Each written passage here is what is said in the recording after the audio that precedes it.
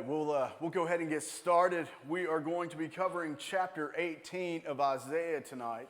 But before we can get there, we must do what we always do and back up, discuss what we talked about last week, so that we can keep everything in its proper context.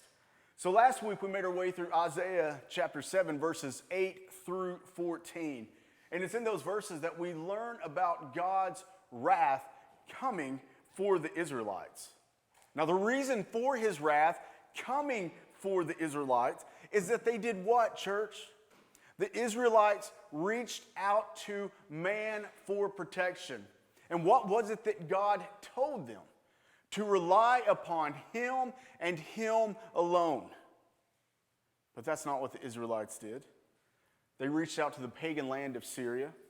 And in doing so, they disobeyed God. But also in doing so, what did they end up doing? They ended up bringing the false gods of Syria into their land.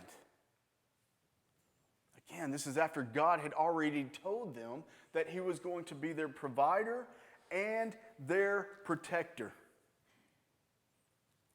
So what do we see here with the Israelites? God tells them one thing, but what do? They believe that their plan is far better than God's. That their understanding and how the world works is far better than God's. So we're seeing this arrogance among the Israelites. We see the pride among the Israelites. Here they are thinking that they can rely on this pagan land and turn from God. But what do we see from God? We see God being patient with the Israelites. For he had every right to destroy them the moment that they reached out to Syria and they said, hey, we need your help. Will you help protect us? But God was going to be patient with them. And he was going to be patient with them until his patience ran out, and he knew exactly when his patience was going to run out. And he also knew how he was going to send his wrath upon the Israelites, but not only his wrath, for some of the Israelites would be disciplined. Because there was always going to be a remnant. For it was the Israelites, it was the Jewish people that God promised in the very beginning that would be where the Messiah came from. So yes, God's wrath for some of the Israelites and his discipline for others, and he was going to bring that wrath, that discipline, by way of the Assyrian army. Now, we're giving this illustration last week, and it's a terrifying illustration if you stick on it for too long, but Isaiah, he said this Assyrian army will come like roaring of many waters. Now, forgive me here. I was just watching this documentary this week, and it's called The 100-Foot Wave. So it's about these surfers that are searching for this 100-foot wave. Yeah, and they're going to ride it. That's their plan. So maybe not just surfers, but psychopaths. But there was this illustration given. There's this surfer from Ireland. And they're over in this place of Portugal called Nazaré. And they finally just discovered this place. And normally they're talking about 40 and 50-foot waves that would come crashing into the shore. But there was this perfect storm out at sea. And so here they're expecting between 80 and 90-foot swells coming in. And now he's telling this story, and it's nighttime. And he says it's about 1 o'clock in the morning. And here they are staying in this house that is close to the shore. But he said his door wouldn't stop shaking, that it just kept trembling all night long. And it was because of the massive waves crashing down on the land. I mean, that would be terrifying. And they go and surf it. But anyway, that would be terrifying. And then you have this illustration. That's what Isaiah gives us. This Assyrian army coming after the Israelites. And there's so many of them that the ground is shaking as they're approaching them.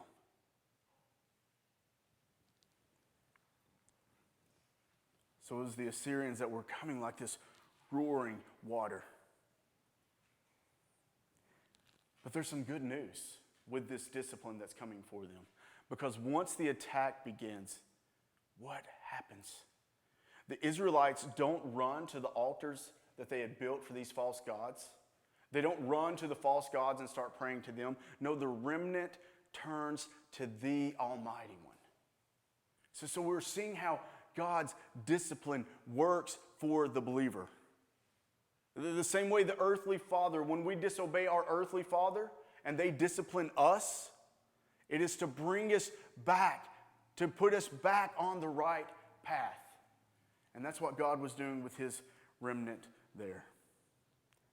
All right, now let's dive into Isaiah 18, an oracle concerning Cush.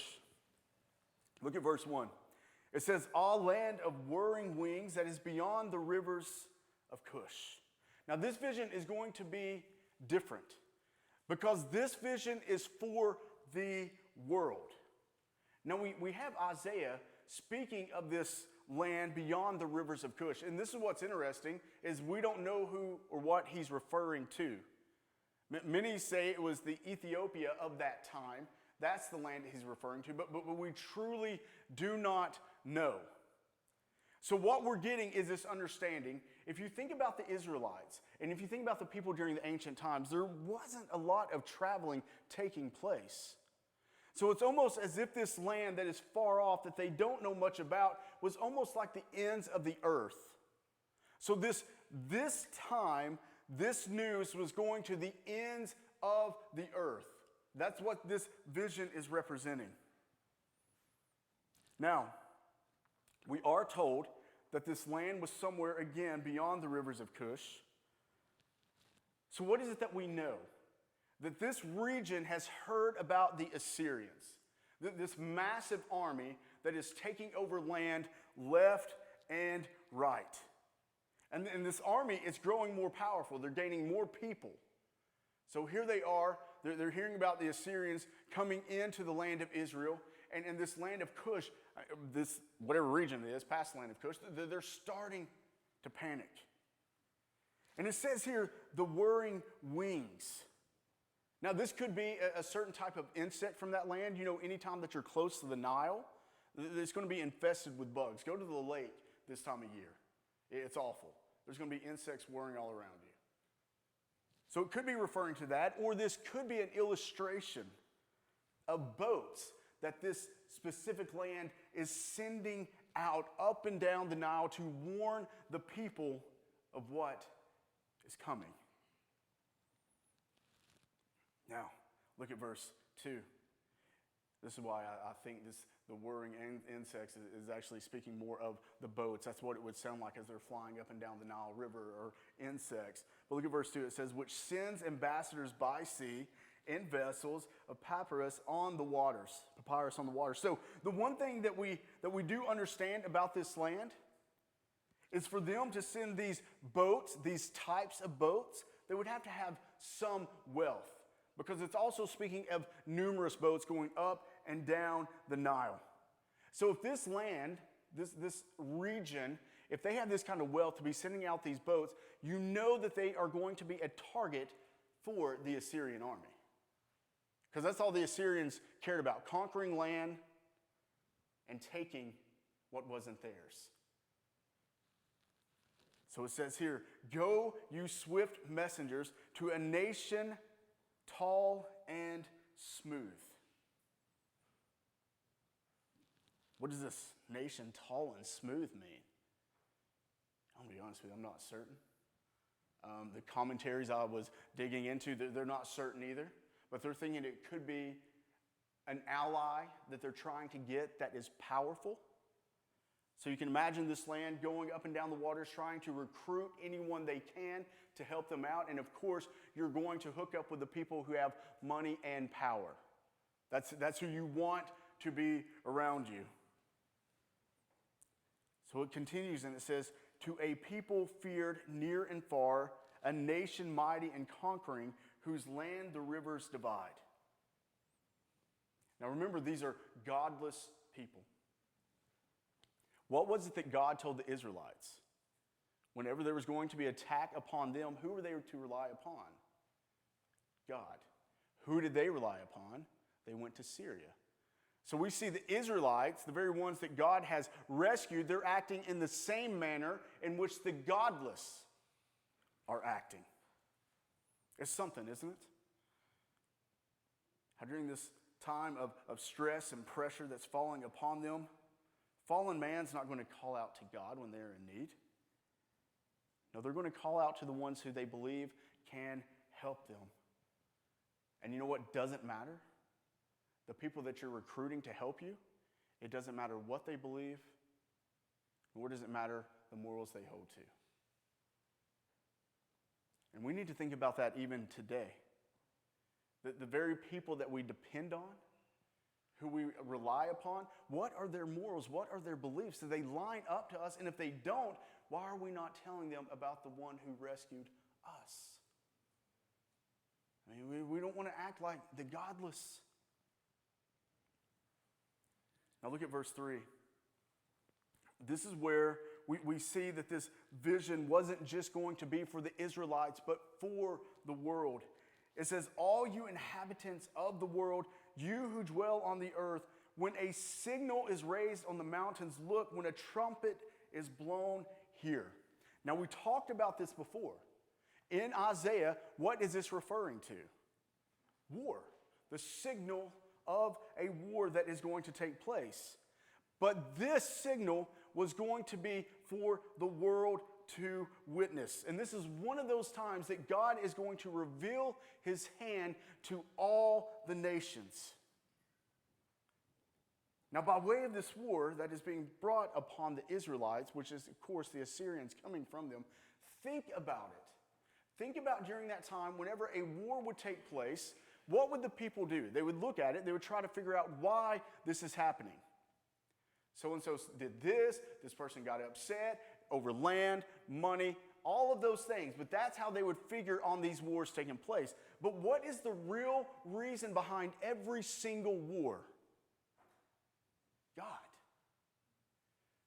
God decrees every single war that takes place. And oftentimes we don't even think about it that way. But this goes for everything that happens in this world, church. It is God who rules and reigns over it.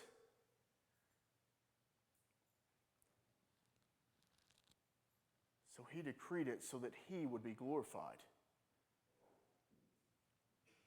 And what does that say about the true God, the triune God? It tells us this, that when God spoke this world into existence, he didn't just sit back and say, good luck. I'm going to see how this plays out. Hopefully they'll do the right thing. And if not, well, they're on their own. No. What we're seeing here is that God is involved in every single aspect of every single person's life who has lived before, who is living now, and who will live. Every single moment. So this very powerful army from Assyria, it was God who brought them to power. It was God who is going to use them to bring his wrath and discipline upon the Israelites. Now, we have to think about this land in which Isaiah is referring to during this story. When they hear about this vision, remember during this time the Assyrians were unstoppable. So they're wondering, how is this going to happen? What is going to take place? Because Isaiah has already told them by way of this vision, a war is coming. They need to be prepared for it. They need to hear and pay attention to the words of God.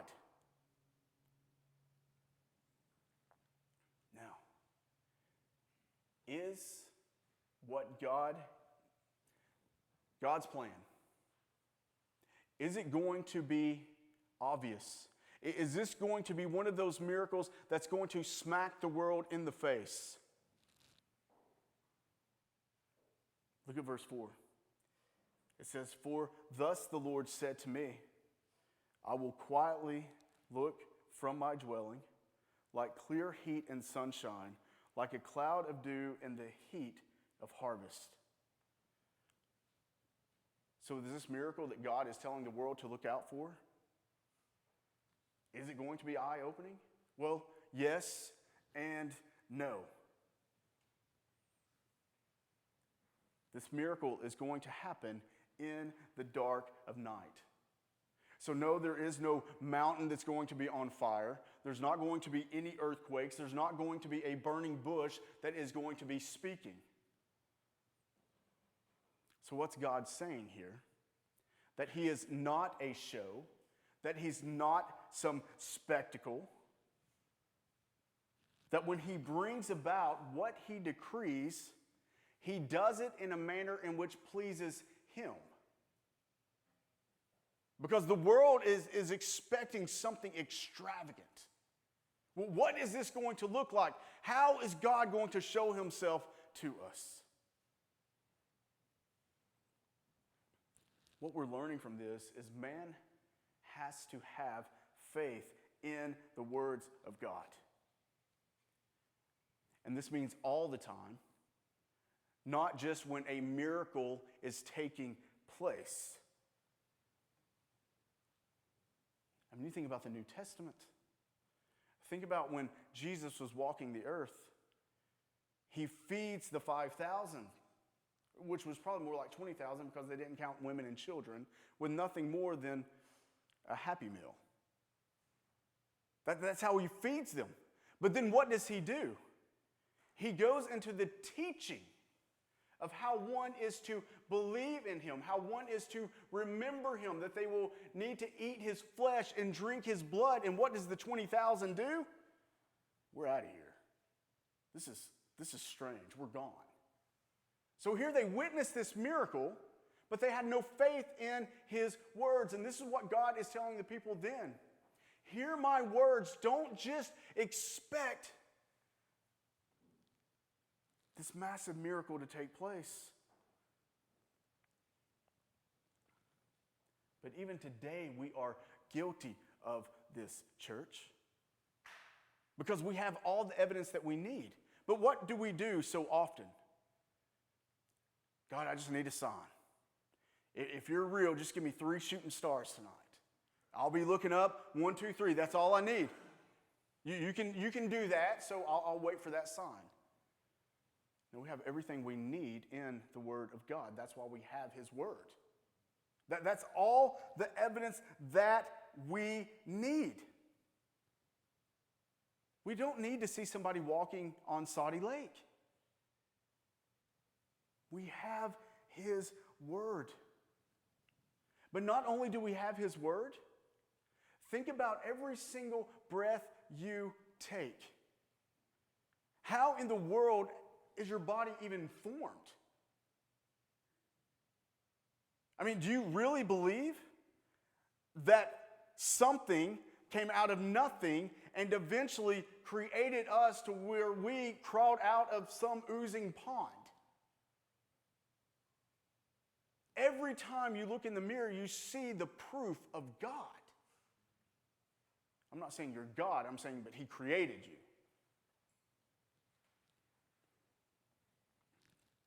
Even when you look up into the sky tonight and you see this massive universe surrounding us, how does it work?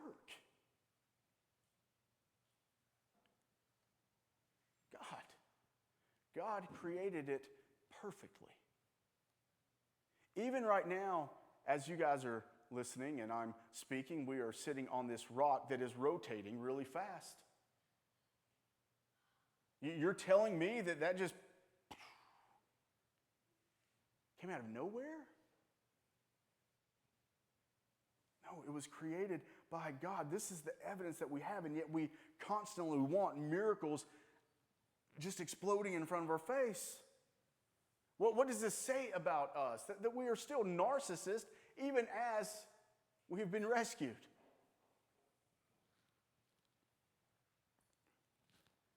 But what these verses are saying is that God's presence is always there and always at work. We have another example of this in the New Testament. You think about the birth of Christ. It happened at night. Joseph, Mary, and some farm animals. There was no big parade. He wasn't born into a palace. There was no celebration. And yet it was this birth that changed the world. In the dark of night. Now look at verse 5. For before the harvest, when the blossom is over and the flower becomes a ripening grape, he cuts off the shoots with pruning hooks, and the spreading branches he lops off and clears away. God's timing is always perfect. He is like a farmer who waits for the right time to cut off that which is worthless from the vine. That which isn't producing, he gets rid of. And like the farmer, God will always rid the vine of that which isn't producing fruit. And this is going to help us understand that this is speaking of the Assyrians. The Assyrians were never going to be followers of God, and yet God still used them for a time. For what reason? To bring about his wrath and his discipline. But the Assyrians are fruitless, and they will be taken out by way of God's wrath. And we kind of touched on this last week. Here you have the Assyrians, the godless ones that God brought into power. For it was God who decreed that the Assyrians would bring his wrath. And yet it is God who is going to get rid of the Assyrians because of the attitudes of their heart. They were wicked and evil. So the Assyrians did exactly what they wanted to do, and they also did exactly what God decreed them to do. Now, instead of us fighting with this, why don't we just see that they're friends, and this is how God works? But God was going to destroy the Assyrians in his perfect timing. Now look at verse 6. They shall all of them be left to the birds of prey of the mountains and to the beasts of the earth, and the birds of prey will summer on them, and all the beasts of the earth will winter on them. So this, of course, is speaking of the Assyrians and how they are going to be destroyed. This land in Cush, who is so worried about them making it to them, well, they're not going to have to worry about it. For they won't even be able to get to the Israelites in a way in which would be destructive. Now, for this to take place in verse 6, this means that there's a lot of dead corpses. If a bird can prey on it all summer and the beasts feed on it all winter, that's a lot of dead bodies. So this very well could be referring to the death of 185,000 in 2 Kings. Chapter 19, verses 32 through 36, look what it says here. Therefore, thus says the Lord concerning the kings of Assyria, he shall not come into this city or shoot an arrow there, or come before it with a shield, or cast up a siege mound against it. By the way that he came, by the same he shall return, and he shall not come into this city, declares the Lord.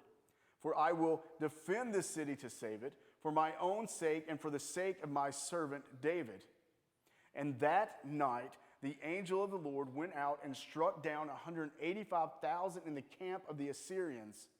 And when people arose in the morning, behold, these were all dead bodies.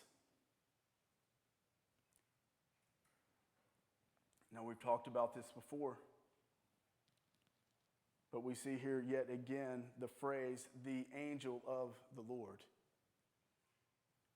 Now, all throughout the Old Testament, we see an angel of the Lord, and then in certain instances, we see the angel of the Lord. But once we get to the New Testament and Christ, born on this earth, we no longer see the angel of the Lord. Why is that? Well, many believe that this is a Christophany, that Christ is the angel of the Lord. So it very well could be that it was Christ who came down and slaughtered the 185,000 in the camp of the Assyrians. So again, this is the miracle that God is telling the world about. But was it spectacular in the sense that everyone saw it? No, it happened in the dead of night. So the point is, the people should have believed in the words of God, not expecting this miracle to be played out right in front of them. Because we were told that when the Israelites woke up the next morning, there's 185,000 dead bodies. That's a lot of dead bodies. And one man, the angel of the Lord, I should say, did it. So again, we see how God is always going to protect the remnant. Because there's always going to be a remnant of God's people here on this earth until the very end. So this vision went out into the world. This vision was fulfilled. This powerful army that could not be stopped was stopped by the angel of the Lord. This little region beyond the rivers of Cush was panicking, and then they get the news. 185,000 of them were wiped out. It's done. Which brings us to verse 7. At that time, tribute will be brought to the Lord of hosts from a people tall and smooth, from a people feared near and far, a nation mighty and conquering, whose land the rivers divide, to Mount Zion, the place of the name of the Lord of hosts. That is an interesting verse. And I need to be honest with you. I'm not certain where I land on this verse. For some believe that after the Assyrians were wiped out, that the army would do what they always did. They would go and plunder from those who were killed. So some believe that the Israelites went, found all the Assyrians, took what they had, and then brought it back to Mount Zion, place the Lord of hosts. It was delivered there. Now others hold that this was actually speaking of a prophecy fulfilled in the New Testament, speaking of the eunuch, the one from the region of Ethiopia, the one that Philip baptized. So they see that as that being fulfilled. And then there's others that hold this being the second coming. The day where every knee shall bow, when the heavens and new earth is created. And it is then, from a people tall and smooth, from a people feared near and far, a nation mighty and conquering, whose land the rivers divide, to Mount Zion, the place of the name of the Lord of hosts, is where everyone will worship. I'm not sure where I fall. So we can have a discussion about that. All right. Questions?